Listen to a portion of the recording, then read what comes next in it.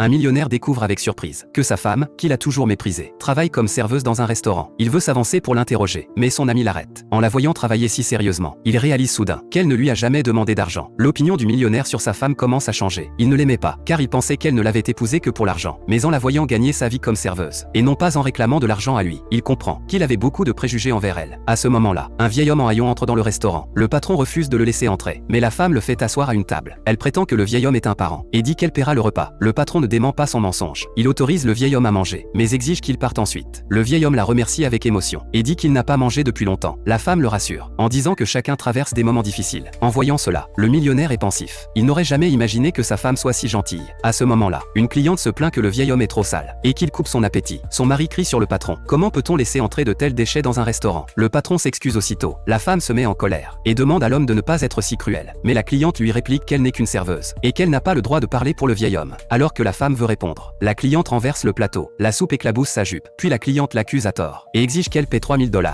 pour l'humilier davantage. Le mari de la cliente dit que si elle n'a pas d'argent, elle doit s'agenouiller et s'excuser. Le vieil homme s'excuse immédiatement à sa place. Alors que la femme est au bord du désespoir, le millionnaire intervient. Il sort un chèque, et ordonne au patron de chasser le couple.